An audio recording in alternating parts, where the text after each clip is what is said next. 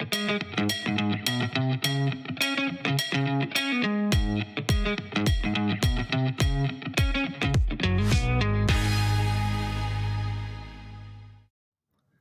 to the brand new season of HBR's The New World of Work. I'm Adi Ignatius, editor-in-chief of Harvard Business Review. And each week on this show, I interview a top CEO to talk about how their company is handling its biggest challenges, from finding and retaining talent, to responding to economic uncertainty, to coping with hybrid work. We have a great guest this week, but before I introduce him, I'd like to read a word from Unisys, who sponsors The New World of Work. The way you see the world depends on how you look at it. Where some see barriers, others see breakthroughs. Unisys creates technology solutions so that you can see one breakthrough lead to another. Unisys, keep breaking through. All right, so our guest this week is Ryan Roslansky, CEO of LinkedIn, the very platform that many of you are watching us on right now. Ryan has been at LinkedIn for more than 13 years, serving for a decade as Chief Product Officer before becoming CEO about 2.5 years ago. He leads a platform that now has 875 million members in more than 200 countries worldwide. Now, we usually do this show completely live, but for scheduling reasons, we had to pre-tape this one a few days ago, as both Ryan and I had to travel. I'm actually broadcasting live right now from London, where HBR is celebrating its 100th anniversary. So now we're going to go to the tape. And so here in its entirety is my discussion with Ryan Roslansky, CEO of LinkedIn, just a few days ago. So Ryan, welcome to the New World of Work. Hi, Adi. Thanks for having me. Yeah, no, I really appreciate you being here. Let's just leap right in. I mean, one of the questions I like to ask everybody is, how did you become this person? Tell us a little bit about your background and maybe, one or two pivotal moments that led you to becoming now CEO of one of the most important social networks in the world. Yeah, well, again, Adi, thanks for having me. I'm a huge fan of the program. And it is a true honor to be the CEO of LinkedIn, especially through what's a pretty pivotal time in the world of work. I don't know if there's one or two moments that I'd point to, but I would probably point to three things that have got me here. Number one is luck. I was born at the right time to the right set of parents that were loving and caring and, taught me the value of work and set me up with a great education. So that was number one. Number two is also luck. I was lucky to be, a freshman in college in 1996 when the internet was just starting to get going, and meet a couple of people who, together we started a company, taught myself how to code, and just was lucky to kind of be in that place at that time and really learn about the internet and learn about technology. And then number three is actually luck as well. So I was lucky that as a junior product manager a long time ago at Yahoo, I had the opportunity to work and meet a gentleman by the name of Jeff Weiner, who would go on to become the CEO of LinkedIn. I came with him as his first employee, and there's been a lot of hard work and choices along the way, but when you take a big step back on all of it, I think luck were pretty pivotal to getting me to the position that I'm in today. So that's our first takeaway for our viewers. Just sit back and get lucky. No, but you're being very modest, and obviously you created opportunities where then luck could work your way. So that's great. I know you talk a lot about culture and values at LinkedIn. I'd love to know, though, like, what does that mean to you actually in terms of running a successful business? We all use those words. We know they're important, but what does it really mean to you? Yeah, it's a hot topic right now. And let me share why I think it's a hot topic, rightfully so. If you take a look at what's happened over the last couple of years through the pandemic, every company was thrown into this need to really rethink how the company works. Do we work remotely? Do we work hybrid? Vaccines, no vaccines, time off, in office, et cetera. And what everyone's actually doing when you're rethinking how your company works is you're rethinking your culture and your values. that's what led to a thing that we call the great talent reshuffle over the past couple of years. Is, not only companies are rethinking how they work, but employees are thinking about, not only why they work or where they work, but how they work in general. For us, we define culture as the collective personality of our organization. It's who we are, but more importantly, it's who we aspire to be. Every organization has a personality, and it's really important, at least in my belief, to define what that culture and what those values should be at your company in order to help this foundation be strong to make the right decisions on top of it. And I think a lot of companies right now are just rightfully so, as they go through this great reshuffle in this new world of work, redefining what it means to work at their company, redefining the values that are needed to make decisions, redefining how they want to work. And I led the company about a year ago through an exercise to rethink or to enhance our culture and values. And I have to tell you, it was a really difficult exercise for me. I've been at the company for over 13 years. Culture and values are embedded in everything that we do. It was the only culture and values that I'd ever known, but we found that it was a very valuable exercise because some of the culture and values and the words that we use, they were antiquated in the new world of work. So we took a very principled approach, a very thoughtful process, involved the entire company in rethinking what's important to us as a company. Who are we? Who do we aspire to be? And we made a couple of changes and enhancements to our set of culture and values. And I think it's really benefited us well, because every day there's roughly 20,000 employees at LinkedIn. People need to make decisions, and you have to come back to something common, a common framework upon which to make those decisions. And I feel great about, the culture and values that we've laid out that's going to help us move into the future right now. And I know a lot of companies are doing the same also. So you're talking about what you are, then how important is where you are? How important is it that people are present to kind of establish and build on these kind of cultural definitions and values? So the where is interesting. And the where is, I don't care who you are or, where you're leading right now in the world. This is the question that everyone is asking themselves.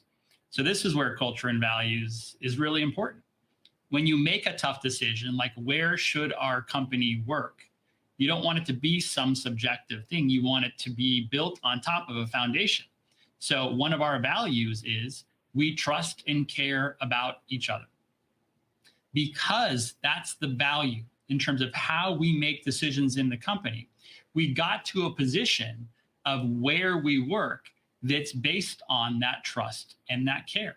We trust each other to work where it works best for us and our teams. That's our hybrid work policy. I'm not your dad. I'm not your babysitter. I trust you to get your job done based on where it works best for you. And we've seen a lot of success. Our offices are open. A lot of employees come into the office. We have the great tools that help collaboration and video conferencing make it easy.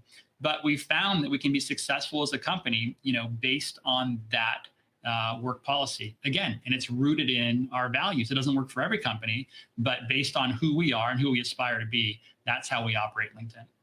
So that's pretty similar, I think, to what we're doing at Harvard Business Review, and it's all about flexibility. But there are plenty of companies, as you suggested, who they don't buy that, and there's still a fear that if workers aren't kind of there and present, that somehow they won't be giving their all. What would be your advice to people who are thinking that way? Well, I mean, first and foremost, I really go back to culture and values, and there's not a right or wrong way. It's the type of company you want to run, the type of company you want to be, and that work style has to fit that. But I will tell you something fascinating. I was recently in London with Microsoft CEO Satya Nadella, and we were discussing with companies in London this really fascinating dynamic that came out of Microsoft data. 87% of employees report that they are productive at work in a hybrid work environment right now. Yet 85% of managers believe that their employees are not being productive. And it's what Satya coined as productivity paranoia. And I think what's really going on there is when everyone was in the office years ago, the job of a manager, you'd walk around. That's how you'd see if someone was, productive or getting work done or being in the office. So a lot of the role of the manager was just to make sure that you're there, to make sure that you're physically present. And we move to a hybrid world. It requires a much different management and leadership style. I actually think there's a lot of new pressure and learning and a different way of thinking that has to go upon managers in this time, where you can't just focus on someone being in the office. You can't ground yourself in, physical presence being whether or not someone is being productive and effective. It has to be based on whether or not someone is being effective at the job. So that requires, number one, ensuring that if you're a manager, you're very clear, you have clarity on what a role entails. Why do I have this role to begin with? And what's required for the person in this role to be successful?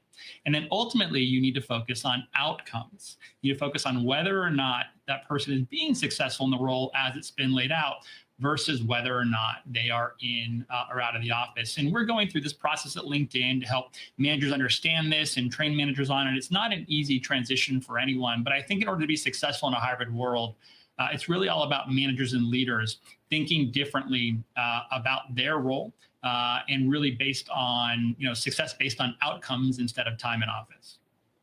So that's interesting. So beyond managing the kind of hybrid question, this seems like a tough time to be a leader. You got recession looming, maybe. You have inflation, definitely. Political uncertainty. It feels like wave after wave of kind of social upheaval. What is it? What does it take to be a successful business leader now? In this complex context.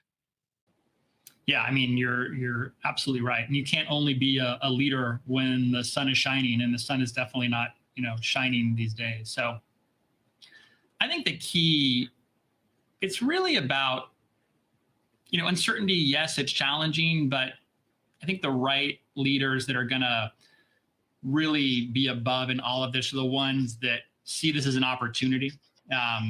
People who get good at managing through the cycles. They understand that they're playing in the right markets. They understand where to set themselves up for success. And it's a phrase I've been using around adaptive leadership. You can be adaptive or you can be reactive. I mean, trust me, on a daily basis, there are 10 new decisions that you have to make right now as a CEO that you never have had to make before in your life, and no one's had to make them before. And so the question is, do you try and get ahead of it in an adaptive way, or do you let it happen to you? So I think adaptive leadership is really rooted in three things. Number one, you can decide to play up or play down. A lot of people, when something bad happens, they play down, they play to the lowest common denominator. I think adaptive leaders, they play up.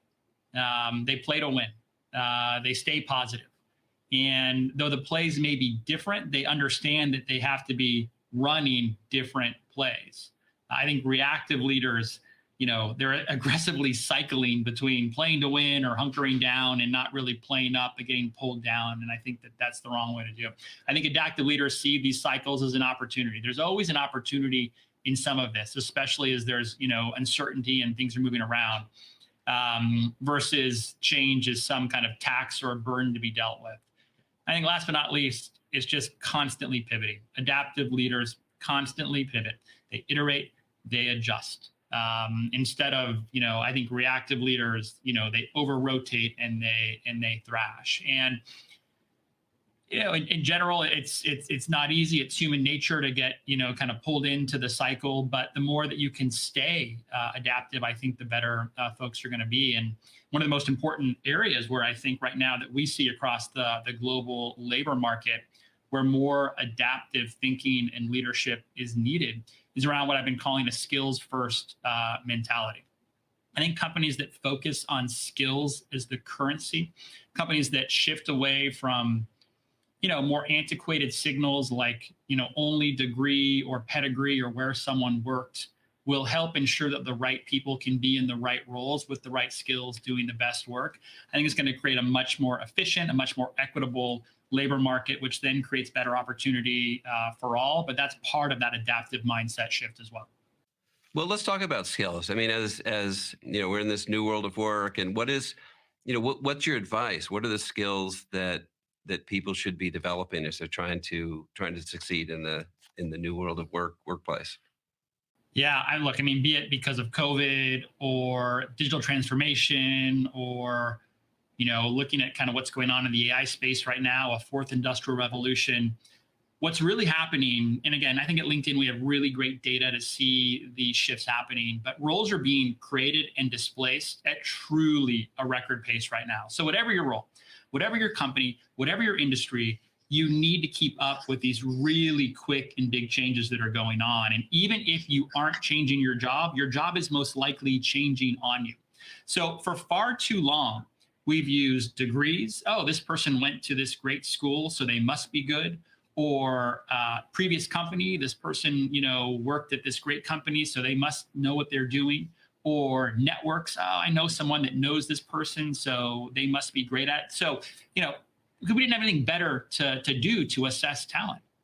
But when the labor market is moving much quicker, we really need to figure out something to focus on. And I think that alternative, flexible, accessible path is really going to be based on skills. And it's not just actually about new entrance to the job market. One of the things we've been looking at recently in the LinkedIn data is the fact that if you take the same role from 2015 to 2022 that existed in the world, roughly 25% of the skills that are required for that role have changed. It's not, it's pretty obvious that a lot of those are technical skills that are now needed. A lot is moving kind of into the digital space, but that is moving. And, coming out of the pandemic, there's in the middle of the pandemic, there's one just really fascinating anecdote that I saw in the data to show why this could be more valuable for the world. So when the pandemic hit on LinkedIn, we saw a ton of food service workers out of work. And that makes sense. Restaurants are closing. No one's going in. No one's going out to eat. Except you have this huge pool of people that are out of work. On the flip side, the most in-demand roles that we saw get created as the pandemic kicked off were digital customer service roles. That makes a lot of sense. Things are moving more digital. People need customer service in their companies. So they have to ramp up on customer service agents inside of those roles. Now, what's fascinating is if you took the average food service worker in that period, they had 70% of the skills that are needed to be an entry-level customer service agent. However, what happened is a lot of these food service workers went unemployed and stayed unemployed. And a lot of these customer service jobs went unfilled because there wasn't enough talent to fill them. If we had just taken a view on what are the skills necessary, who has those skills, how can we help them acquire a couple of skills to help them become employed, we would have found ourselves in a much more efficient labor market. You take a big step back, that dynamic is happening across every industry, job function, geography, et cetera, where there's this labor imbalance. If you were to focus more on skills, it'd be much more productive and efficient. Yeah, interesting. So then there's the question of retaining talent. You're in I assume, a very competitive market. You're basically a tech company. You're out in Silicon Valley and competing against other giants trying to retain top kind of engineer talent. What's your secret, or what's your playbook for retaining the best people? Yeah, I don't have any secrets except going back to where we started this conversation. The key for me is being intentional and authentic about our vision, which is our why, and our culture and values, which is our how. And you attract and retain people who are inspired by why we do things and what we do. I think that's the key to all of this, which is you want to align people with what you do as a company to have the most productive workforce, to have the most retention. People believe in what you're doing as a company, they will stay longer. So my role is to try and bring together the most talented set of individuals possible who care about building, LinkedIn, to care about building a platform that exists to create economic opportunity for every member of the global workforce. I think something that is important right now more than ever as well is just understanding that inside of your company, it's really important to help people find their next career and their career path. So internal mobility is just a really big topic for us right now. I truly believe that your next best employee is most likely your current employee in many situations. And again, this is a reason why if you focus on skills and understand the skills of your existing workforce and then where you need to go as a company, there's just a lot of great work that can be done there to help existing employees find different roles inside of your company as long as they're aligned to the mission and vision. Mm-hmm. So I want to talk about LinkedIn a little bit. And I guess my first question is, what is LinkedIn at this point? I mean, is it a social network? Is it a job search platform? Is it a professional self-branding app? I mean, what is LinkedIn? So LinkedIn is a platform that exists to create opportunity for every member of the global workforce. And I know that sounds like a tagline, but that is actually the vision of the company. It's what we aspire to every day. We believe that the really valuable way to get there, I know you've spoken to Reid Hoffman in the past, who's the founder of LinkedIn, along with Alan Blue, is that we can help people become more productive and successful via other people. You can learn from other people, you can hire with other people, you can help sell or buy with other people, you can help connect and start companies with other people. So how do we create at the core a platform that helps professionals show who they are and connect for a variety of purposes? And, if we're on a fiscal calendar as of Q1 FY23, which we just ended, our trailing 12-month revenue surpassed $14 billion, which is up roughly 17% year over year, which is a great testament, especially in this market, to how mission critical the platform has become to help professionals for all of those use cases. I mean, right now, every single minute on LinkedIn, more than 9,000 connections are formed, nearly 10 hires are made, more than 100 hours of learning content are consumed. And, we have a diverse set of business models throughout those different, marketplaces of connecting people that align to really help companies find value and members find value. And what's valuable and what's interesting about that is, and what I think is probably one of our core competitive advantages is, I think right now, especially, in 2022, in the world of work that we see, I think companies that are naturally aligned with doing good and doing well, they have massive competitive advantages built in. So for companies that start just by focusing on doing well in business, doing good for the world becomes a compromise. It's the last slide of a PowerPoint presentation, or it's the creation of a .org website. But when you can seamlessly unify doing good for the world and doing well in business inside of the product you build, I think it's a real strong competitive advantage. And when we build products at LinkedIn, people find jobs, they hire, they learn skills, they make deals, they start companies. It's an ecosystem that creates value for members, customers, the world, and for LinkedIn. So I'm very proud of kind of that ethos and role that we occupy right now in the world. So before the interview, we usually do these live and weren't able to do this one live, but before the interview, we announced that we were going to do it and solicited some questions. I have a question from Eileen from Palo Alto. And the question is, can you talk about any long-term plans you may have to make LinkedIn more work-friendly? So for example, could users use LinkedIn for video calls, share their screens with business presentations and negotiations, or anything else? Are there thoughts to make it more the sort of the flow of work platform? Yeah, for a variety of professionals, it is in their flow of work. So absolutely for recruiters, for L&D professionals, for marketers, for sellers, LinkedIn is a tool that people have open on a daily basis.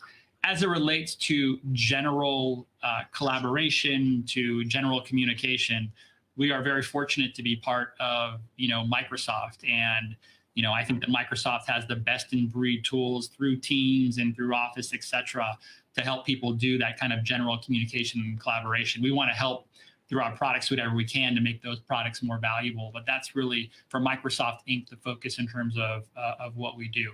For LinkedIn specifically, in order for the world of work to move forward, in order for labor markets to grow and continue, there's really three, in my opinion, three key things that are critical to get right.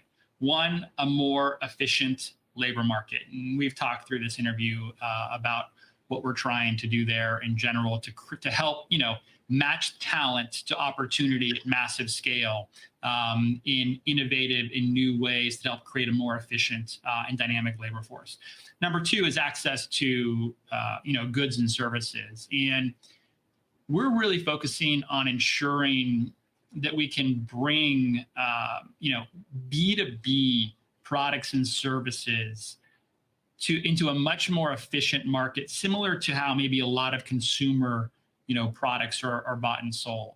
B2B is a huge market. B2B is a lot of companies are, representing what they do and what they sell across LinkedIn. But we believe we can make that a better process for everyone involved, especially for buyers, especially for sellers. Sellers don't want to be sitting there sending out millions of emails and spamming people. They want to find the right people to have the right conversation for people who are interested in buying products. So we're focused a lot there as well.